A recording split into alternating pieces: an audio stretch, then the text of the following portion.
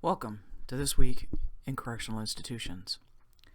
This week our attention turns to the population of inmates and offenders in our facilities who don't fit into the general population of inmates that we see every day within our jails and prisons. These are going to be the inmates who are in categories that need special attention based on their behaviors, their troubles, or their affiliations outside of general population. This is what designates them special prison populations. And during this lecture, we will take the opportunity to describe the problems of the inmates that have substance abuse and the history that they have with those substances. We'll talk about the challenges and problems that having sex offenders within our institutions have. We'll name the issues that terrorists present within our system of corrections, and also talk about those offenders and inmates within our system that have HIV. We'll talk and describe quite a bit about the inmates that have chronic mental illness and the issues that they face while they're in our facilities, and talk about elderly inmates and what is involved in their care. Lastly, we'll discuss the issue and problems facing illegal immigrants who are within our facilities. When we talk about special prison populations, not all inmates within the populations are the same. Those that are considered to be part of these special prison populations are further divided into separate categories dependent on what defines them as needing special prison needs. We will talk about each of these populations in more detail later on in this lecture, but there are a variety of inmate types that are grouped into three specific categories, and this is what makes them special prison populations. First, we will look at those inmates that are special because of the offense that puts them within our population.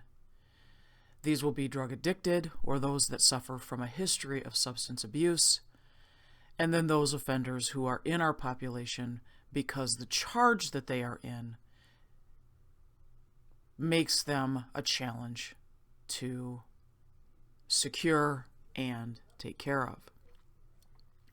The next category are going to be those that require special needs based on either a medical or a mental health issue. Centering mostly on HIV inmates, we will also touch on other chronic medical issues that make these special needs inmates a challenge while they are within our institutions. And then those with chronic mental health issues also makes this population also a challenge within our institutions. The last category are those that, while not necessarily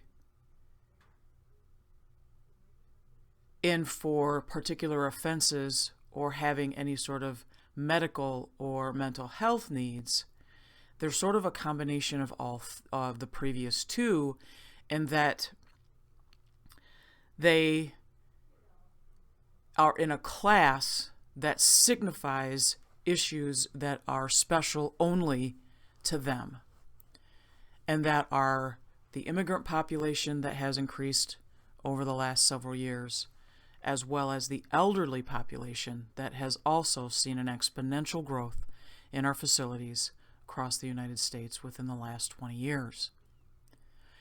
Each of these categories of population inmates have their own unique needs, challenges, and therefore We need to be aware as those entering into this field what they are, how we need to approach this population, and the best way to continue with safety, security, and good working order to keep our facilities the best that they can be.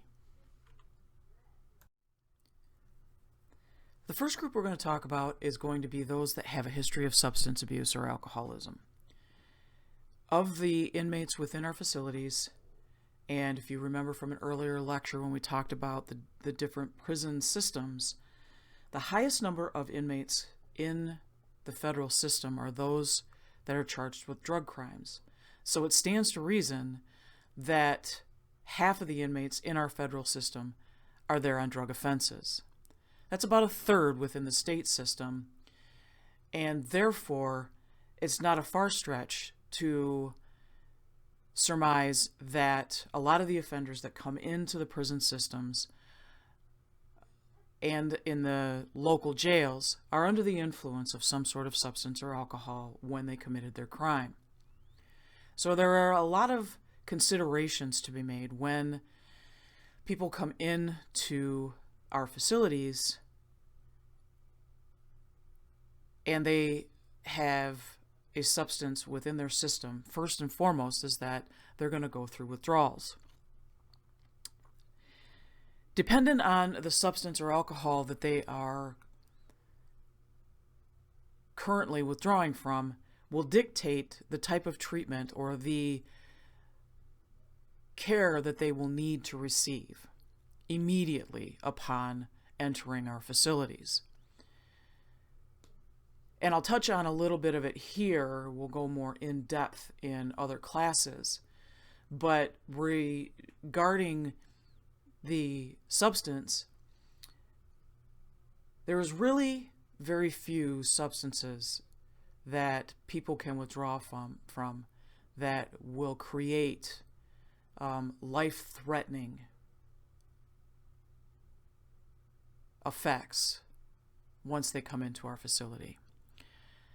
There will be discomfort, there will be agitation, there will be irritability, but when it comes to the sudden withdrawal from drugs or alcohol, alcohol is truly, really the only substance that sudden withdrawal from could be life-threatening.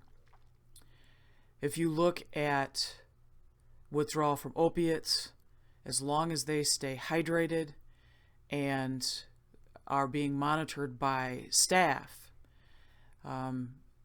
it's extremely uncomfortable and it is not pretty to see, but with sudden withdrawal from it is not necessarily life-threatening.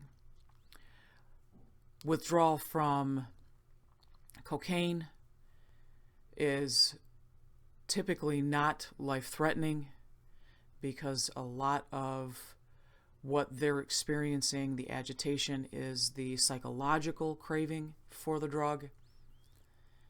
And so what our responsibility as officers is, number one, to ascertain and get the information of what they are addicted to, make sure our medical staff understands what it is, and that they are monitored correctly to make sure that correct medical intervention to the correct drug withdrawal is being given. Once they have gotten through the withdrawal, then what we can do is move to the possibility of being able to get them treatment programming during their stay. The unfortunate thing is there are not enough programs or not enough at-risk inmates that will receive the treatment while they are incarcerated. You also have very crafty, very idle inmates that will take the opportunity to find ways to make homemade alcohol while they are there as a way to try and bring substances back into their life. It's called by a number of names. A lot of people know it's called hooch. It's also called rook. There are plenty of different names depending on the geographic location of prisons around the United States.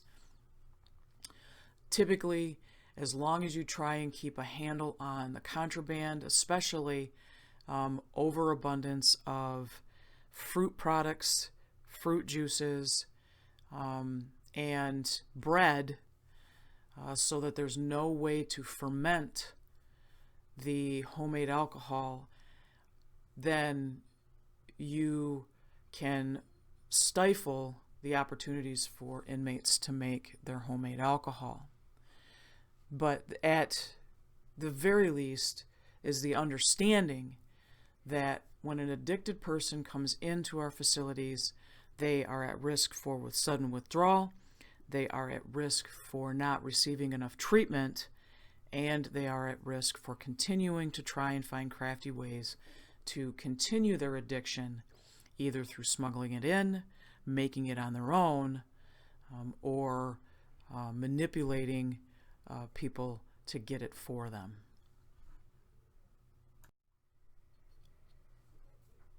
Even though many of the at-risk inmates do not receive the treatment that they should be getting, there are ample opportunities. Almost 90% of the prisons across the United States do offer some type of substance abuse counseling.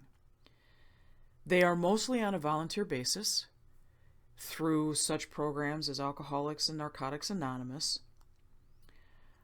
And a lot of times what happens is the evaluations that have taken place of the treatment programs find that the most successful treatment programs that can be offered in our facilities need to have a clear and consistent treatment philosophy. That means that there needs to be a way, and the inmates need to understand where they are, what they need to accomplish, and where they are going. There needs to be a place that they feel safe, and that there is a sense of empathy for them, that there is an understanding that the abuse that they have encountered and that they have chosen is embraced, and people know how to try and understand it and not judge it. There also, in order to have some sort of success, you have to have committed and qualified staff. And when you rely on volunteers, a lot of times the volunteers are going to be those who have been through the program, and doesn't necessarily mean that their training makes them as qualified as somebody who has a certificate or a degree or something along those lines. They can empathize and they can work the program, but it doesn't necessarily mean that they have the best training and education available. There also needs to be clear and unambiguous, which means that there is no room for error when it comes to the rules of conduct in the program. There are consequences for misconduct, and that the people participating in the program need to understand that. And while earlier I just stated that we have to have committed, qualified treatment staff, there is a role for using ex-offenders and ex-addicts as role models, staff, and volunteers. In place, there has to be relapse prevention programs. When you are an addict, as many of us either know or should understand, the chances of relapse among recovering addicts is high, and therefore there needs to be in place a program that handles those addicts that will relapse so that they can get back on their feet. There needs to be aftercare programs and treatment evaluations so that they understand what works and what doesn't work within the programs that they are using. And then there also needs to be a maintenance of the program so that they can maintain the flexibility, integrity of the program so that if changes need to be made, they can be made, and openness so that the people who are looking through the program understand what it's trying to accomplish, and there is transparency within the program itself. This is what makes a program successful, according to the research that's been done. And those that are in the program have the highest percentage and the highest chance of success within not only the facilities, but once they return to the community and in an aftercare program. We will next turn our attention to the sex offenders in the special offense categories. Now, while this percentage of special population is not very high, we're talking about 10% in the state prisons, maybe 1% in the federal facilities, we need to address these particular inmates because we need to understand that they are an incredibly difficult population to try and regulate and secure and also to treat. It was the result of a law that was passed back in the mid to late 1990s called Megan's Law. For those of you that are unfamiliar with Megan's Law, Megan Kanko was a 7-year-old girl from New Jersey who was playing in her front yard. Her mom had gone inside the house for just a little bit to take care of something. We all have done it at one point in our lives. When she came back outside after a couple of minutes, Megan was gone. They found her a little while later. She had been brutally raped and murdered. And when they found the man who was responsible, they had found that he had been convicted of sex offenses against children, and it had been unknown to the neighborhood. As a result, her parents lobbied tirelessly to get a law passed within the New Jersey legislature where sex offenders had to be registered with the local police and notifying local law enforcement whenever they moved to a new location. It was the first of many laws that would be passed requiring sex offenders to register. With that, many laws across the United States followed. And then it became national law in 1996, and we began a national sex offender registry in 1999. Mostly, we use these offenders, and there are a lot of problems that go into trying to deal with sex offenders. And we'll talk about those in the upcoming slides. Typically, working with sex offenders or having sex offenders in our facilities is a difficult thing to do. They don't adjust well to being inside facilities. And as a society, we want them punished severely. And as far as the inmate population goes, and we talked about the hierarchy, codes of conduct in earlier lectures, the inmates want to show that there are certain inmates that deserve treatment that warrants the crime that they committed. So there is a, for lack of a better term, the totem pole that I mentioned earlier in this series, in this course. You have the child molesters and the sex offenders are kind of at the way, way bottom. And therefore, trying to protect them is extremely challenging, oftentimes very difficult. And the only option to make sure that we abide by the duty to keep all of the inmates safe is to put sex offenders and pedophiles in protective custody. One of the realities about sex offenders is that all but 5% of them will return to the community at some point.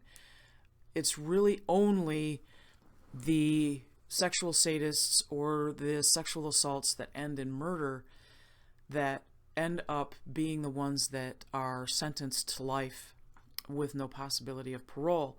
So if you wrap your heads around this statistic, the possibility or probability that most of the sex offenders that are sentenced to our facilities will eventually be released back into the community.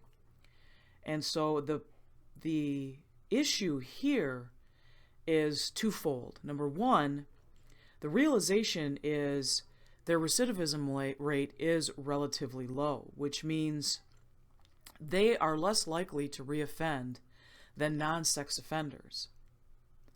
And if they do, it's going to be within the first year that they get released from prison. But the issue that we're running across is whether they are getting the correct amount of treatment while they are serving their times within our prison systems. And a lot of times, because of their need to be housed in special areas or in protective custody, and by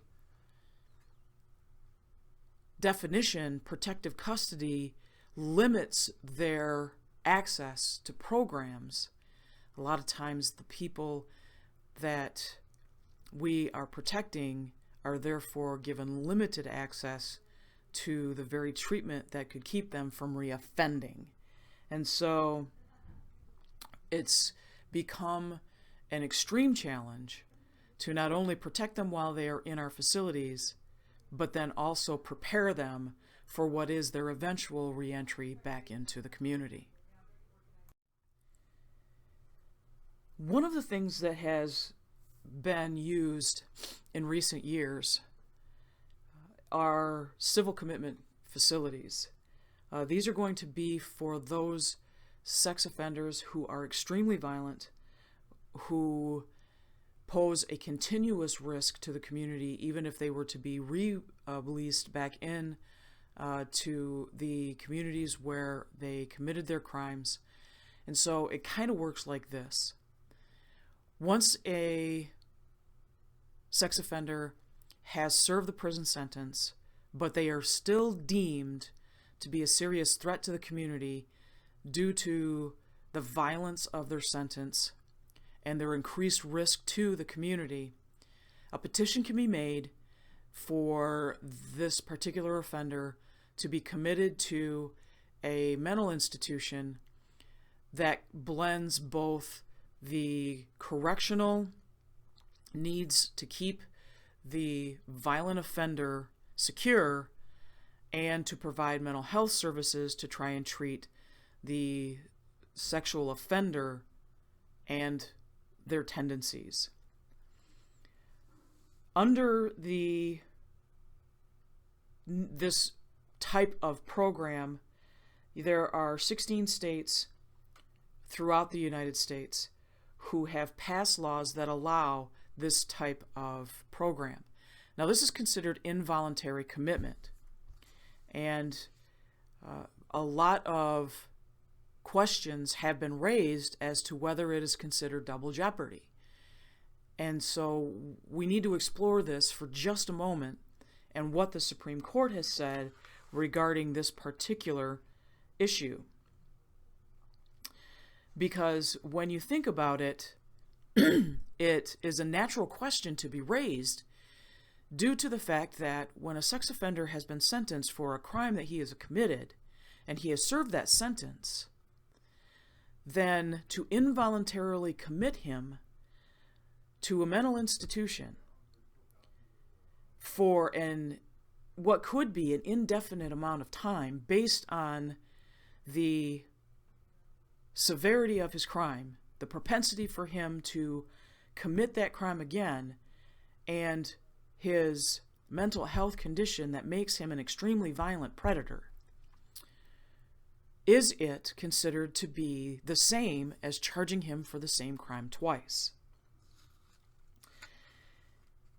It was raised to the Supreme Court in 1997 in the case of Kansas v. Hendricks. And the Supreme Court at that time stated that it did not violate double jeopardy because it was a civil action, and was done so because it was designed to protect the safety of innocent people rather than punish an offender. And that's where the distinction was made. Double jeopardy is completely a criminal process. And by civilly committing somebody to a mental health facility, involuntarily or not, you are taking it out of the criminal justice system's hands as a criminal measure. And therefore, it is now making it possible that indefinite commitment could not be seen as a life sentence as long as once they were shown to be no longer dangerous or mentally impaired, they could immediately be released. And so that was a fairly recent decision and allows for sexually violent predators to be transferred out of the criminal correction system and into a civil corrections mental health system if they are deemed to be too much of a threat to the community of which they would be released back into. We're going to talk just a moment about terrorists in our prison systems. First, we will define what a terrorist is, and there are many different definitions, but the one that we'll use for purposes of this chapter is a person who acts with premeditated and politically directed violence against non-combatants. Non-combatants are going to be those who are not fighting a war, those who would be considered collateral damage. Those who are civilians, those people are considered non-combatants. Those are not part of the combat. When we think about terrorists within our prisons, we can either think about terrorists that are in a dedicated prison, such as Guantanamo Bay, which was a designated prison camp following the attacks of 9/11. It's considered a maximum security federal custody place, and we currently only have about less than 100 that are still there, so it's not currently being used to the extent of what it was following the attacks of 9/11. However, it's still being used as a maximum security facility for those who are deemed to be terrorists of the United States. But in addition to Guantanamo, many convicted terrorists are either being housed in federal maximum security prisons in the United States, or they are being housed in ADMAX, which is in Florence, Colorado. People like Dzhokhar Tsarnaev, Zacarias Moussaoui, who was one of the 9/11 hijackers, Wadi al-Haj, who is Osama bin Laden's former private secretary, and then the leader of the first World Trade Center attack in '93, Ramzi Youssef. And so a lot of the major issues, from people being held in maximum security prisons, is if they are able to communicate to the outside world, which in turn would allow future terrorist attacks to take place. One of the reasons why many of the most potent terrorists, convicted terrorists, are being held at ADMAX is their inability to communicate with the outside. Another issue when we talk about dealing with terrorists is the treatment of those that have been suspected of terrorism and the use of torture, and whether it has been justified, and whether it can be justified by using something called the ticking bomb scenario, which is a scenario that proposes that a dangerous explosive device is set to go off, and therefore you have to use extreme measures in order to try and get that information out of the person that you are questioning. There have been a lot of arguments about this, and there was a well-known attorney named Alan Dershowitz that wanted to create what they called a torture warrant, which is a warrant that could only be issued by judges in the cases where there was absolute need to obtain immediate information, that there was probable cause that the suspect had that information and was unwilling to reveal it, and that as a result the suspect would be given immunity from prosecution. At the time, what happened was, and this was back in 2016, things have changed a lot since then, but the CIA had told the press that they will not engage in harsh enhanced interrogation techniques, but that it was always up for reconsideration. There are a lot of considerations when it comes to having terrorists in our prisons. One of the things that we talk about in the correctional clients class that we have in our curriculum is the propensity for recruitment within our prison systems of the terrorists that are in there.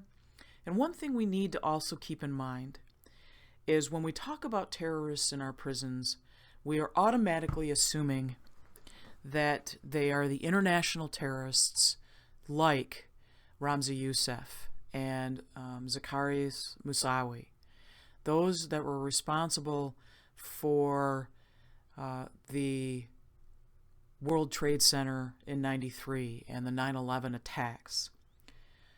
And one thing we need to keep in mind is to keep an open mind when it comes to the definition of what terrorist is.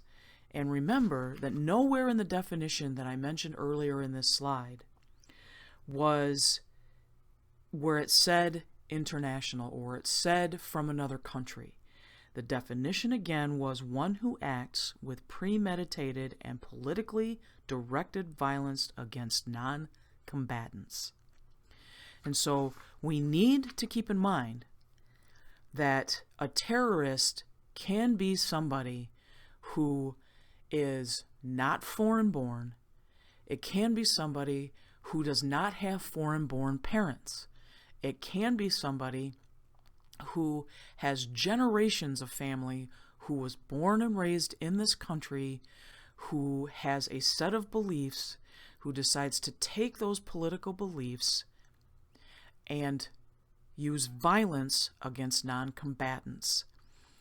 And people that are like that are in our prisons, and we need to be concerned about the possibilities that they are trying to recruit like-minded people within our facilities. And so they are considered also to be a special offense population that we need to be concerned with, and to understand what they are trying to accomplish, the challenges that they possess and that we need to be aware of while they are in our facilities, and that it's not necessarily going to be one particular religion that we have been exposed to.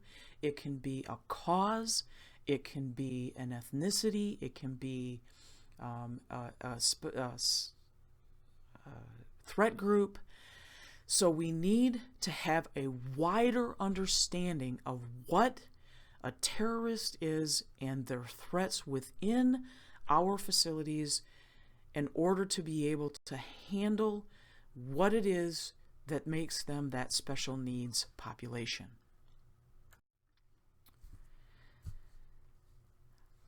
Our next offenders that we're going to talk about are going to be those that fit under the category of special needs, specifically medical or mental health. And therefore, they were going to require unique treatment that are tailored to whatever circumstance they bring into our facilities. Specifically for the next several slides, we're going to be talking about those with HIV and those with chronic mental illnesses. There have been a recent huge decline over the past 10 years where it used to be almost 200 per 10,000 inmates. Now we have less than 150 per 10,000. And so with this, we're seeing less inmates coming into our facilities that are HIV or AIDS positive, and this is a result of years of AIDS research, of education, of programs that have not only been in the communities but also in our facilities, and getting the word out there to those that have the highest at-risk behavior, and informing them about the risks of unsafe sex and drug abuse. And therefore, we have areas out there that also have been collaborative between facilities and outside agencies that have been working with those inmates who have been HIV and AIDS positive to get them into programs and adjustments when they re-enter the community, so that they can learn to live healthier lifestyles, leave behind those risky behaviors, live longer lives, and then also bringing in educators who the inmates are more likely to listen to, that can give one-on-one support, and then also have that support available for them who have not ever been in prison before, just found out that they're HIV positive. And so we have with HIV infected inmates, and while there are other chronic illnesses we need to be aware of, and I'll talk about that in a minute, these are the programs that have been most talked about in your book, and some things we need to keep under consideration. Also keep in mind that HIV is what we call a bloodborne pathogen. And so HIV, along with other chronic bloodborne illnesses such as hepatitis, most notably B and C, are those types of illnesses that us as officers need to be aware of, we need to be cautious about, because of the propensity for us to be involved in situations and confrontations in which we can come in contact with blood or bodily fluids. And so when working with inmates who have these chronic bloodborne illnesses, we need to be forever diligent in making sure that we take the proper precautions and are responsible when dealing with the inmates who are now more and more being placed in general population because of court decisions and the need to not place them in specialized housing areas. So we need to understand that just because an inmate comes in HIV positive or hepatitis B infected or C infected, that they are going to be isolated or placed in special housing. It is not necessary. What is necessary is that we be held to the standard of universal precautions, which is that whenever we are coming in contact with any inmate for any reason, that we take the time to place protective barriers between us and the inmates. Because of the HIPAA laws, we are not necessarily entitled to know when an inmate has a bloodborne pathogen, and won't know until we come in contact inadvertently with some sort of blood or bodily fluid.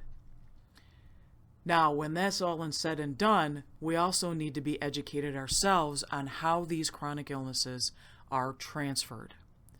And so you will go through in your career much training to understand that things like the shelf life of HIV is 4 hours.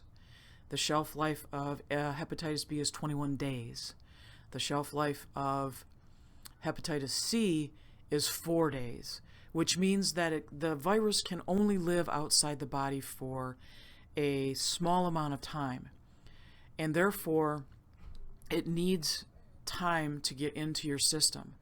And there's only certain points that it can enter your system, and that's why we preach universal precautions. That there are policies in place once you are exposed that have to be followed, that will allow you to protect yourself. The CDC has drug protocols that can be followed to reduce your chances of contracting diseases. Vaccinations are offered, especially with hepatitis B, so take advantage of things like that. So even though the book concentrates on HIV infected, there are others out there that it is your responsibility to be aware of. But it doesn't mean that you have to be scared. You need to be diligent, you need to be cautious, and you need to be aware. When we're dealing with mentally ill inmates, there are about 15% of the inmates within correctional institutions across the United States, out of the almost 2 million in our facilities, that have a persistent severe mental illness.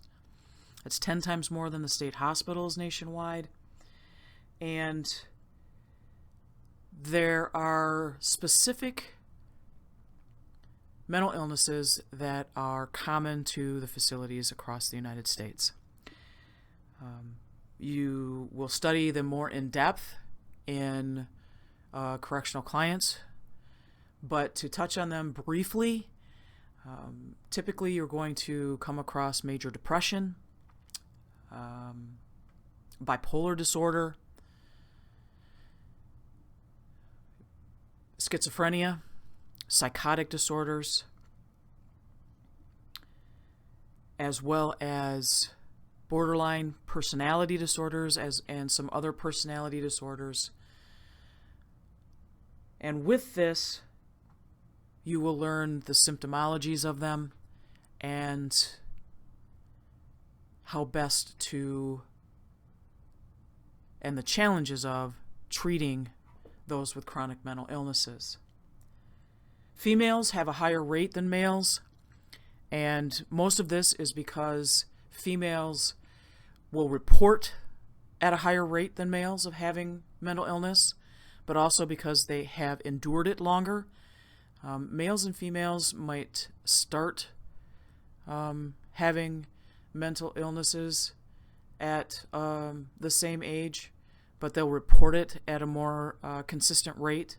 Males tend to not admit that they have a mental illness.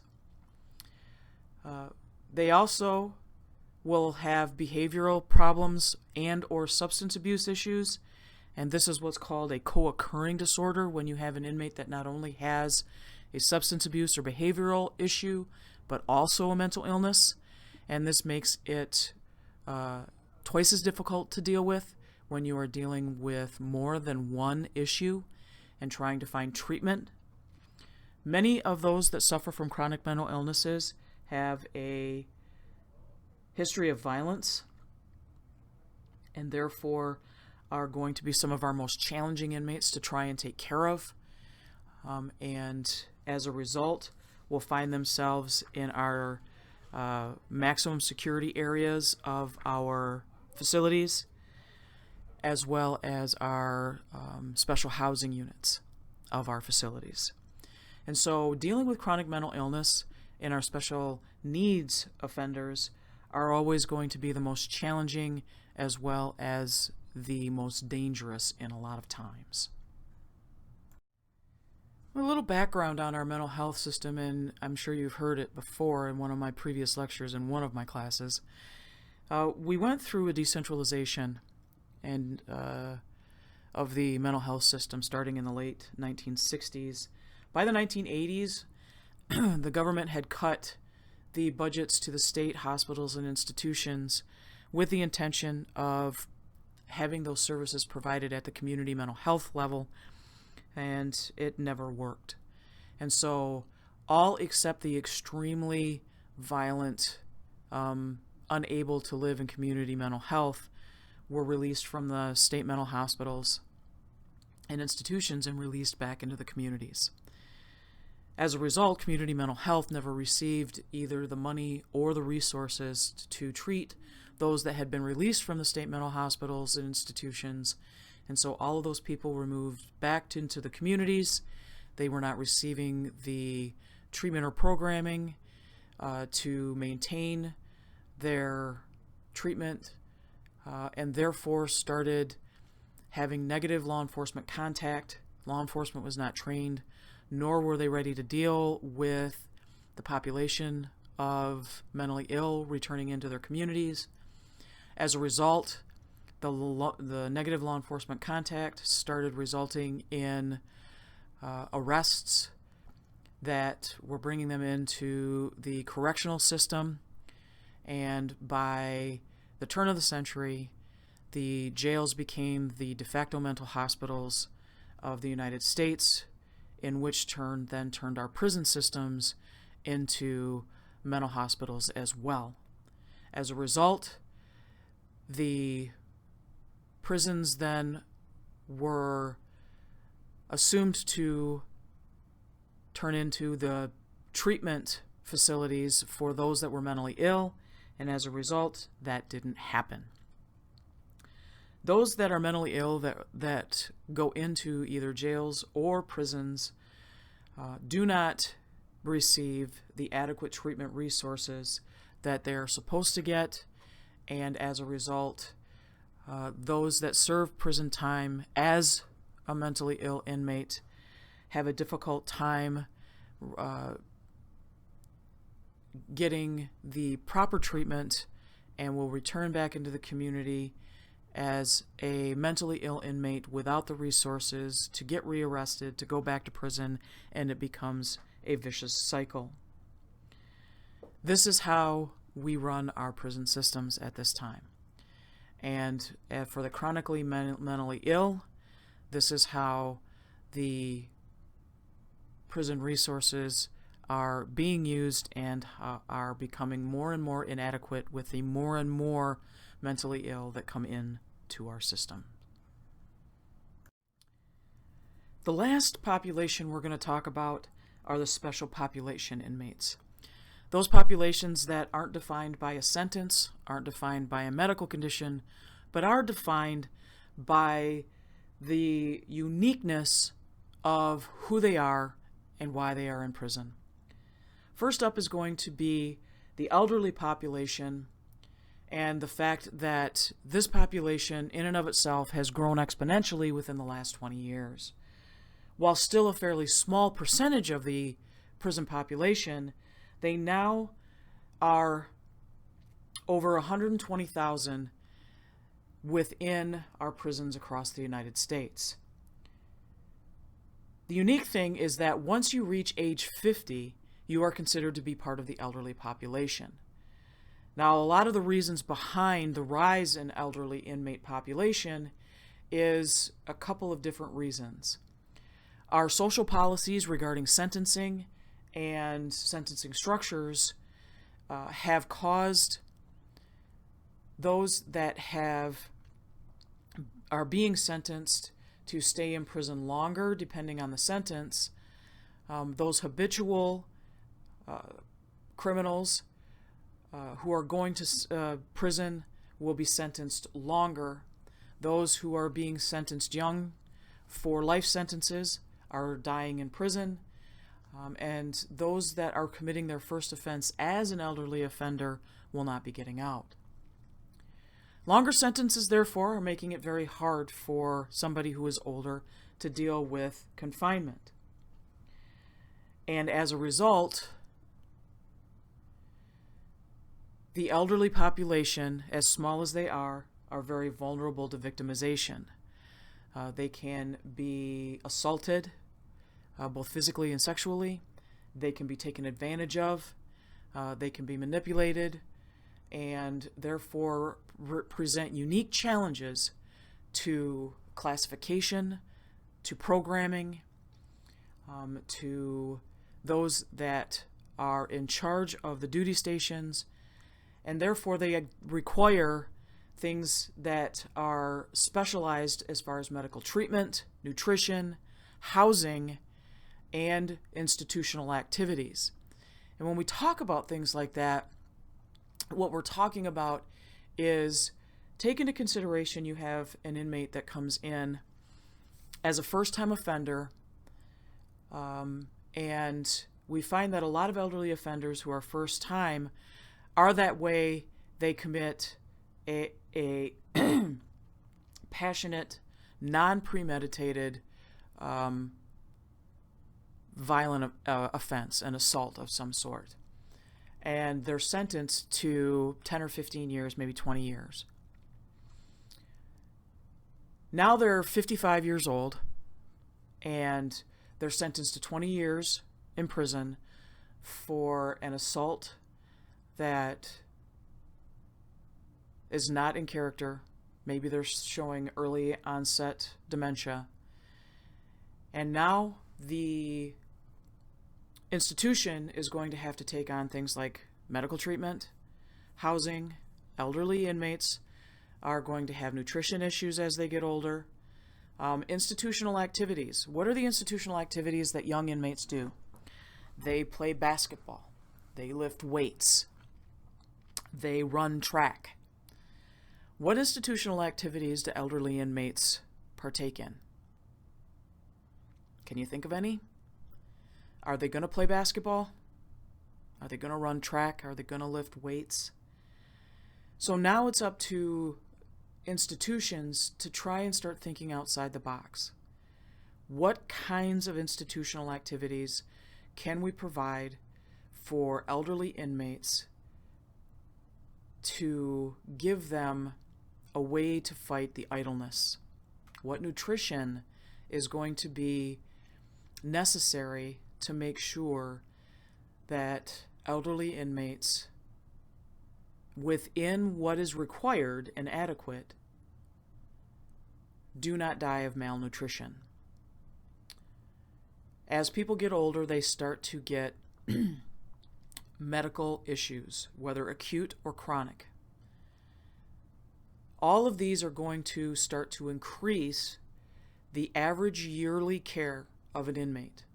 Average yearly care for an inmate across the United States tends to be somewhere between $25,000 and $30,000, depending on the state program. Elderly inmates, that can rise to over $70,000 a year. and therefore you're doubling it, more than doubling it, to take care of an elderly inmate. They need to be looked after for things such as mental health and the idea of reentry if at the age of 75, after serving 25 years, they actually do get out of prison. What family will be around by then? How will they be able to handle going back into a society where they might not have any family left? These are all things that now we are having to deal with and will continue to deal with, as the anticipation is that the population of elderly inmates will double again within the next 10 years.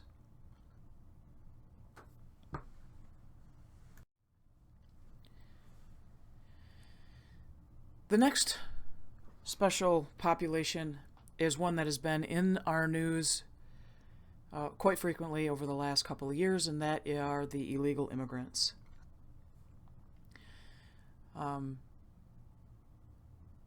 The biggest thing to understand is, up until very recently, the actual charge of being an illegal immigrant was a civil issue.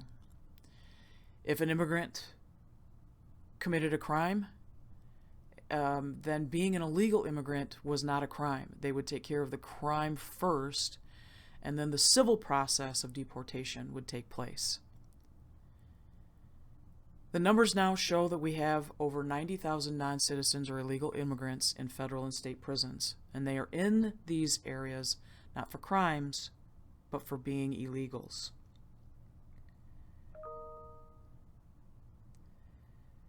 And as we see, what we're working with is that illegal immigrants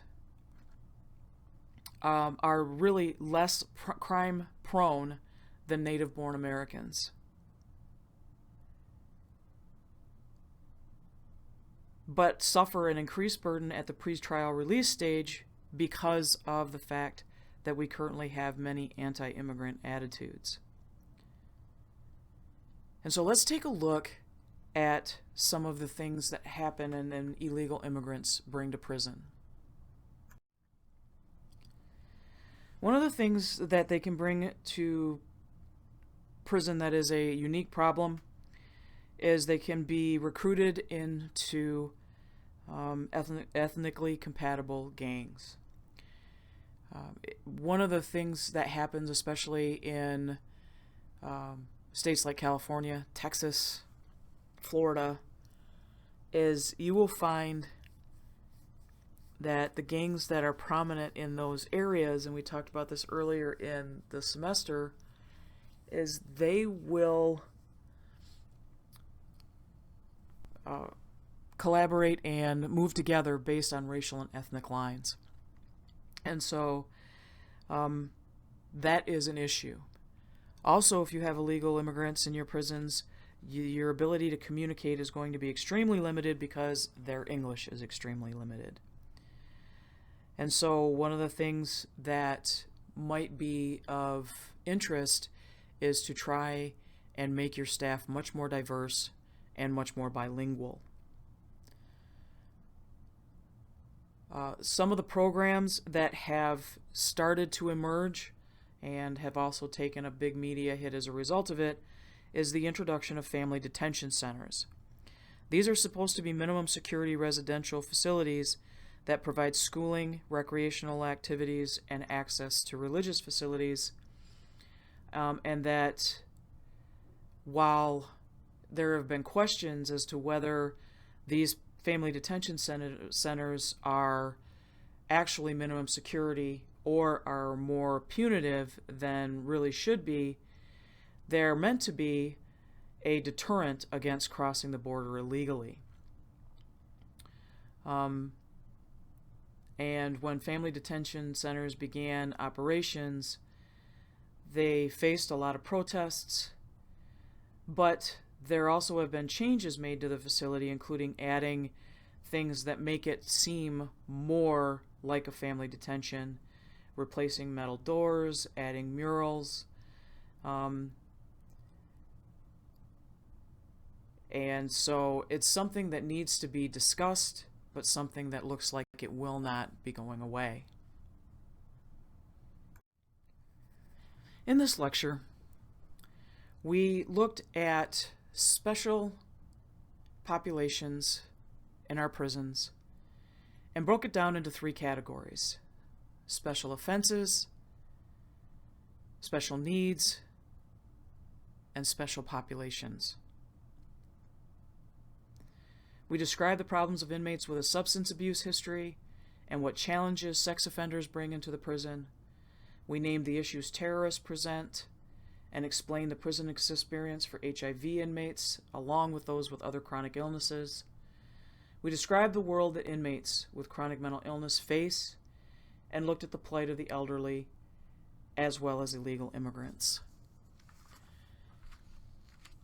Your discussion question for this week has to do with the chronic mentally ill.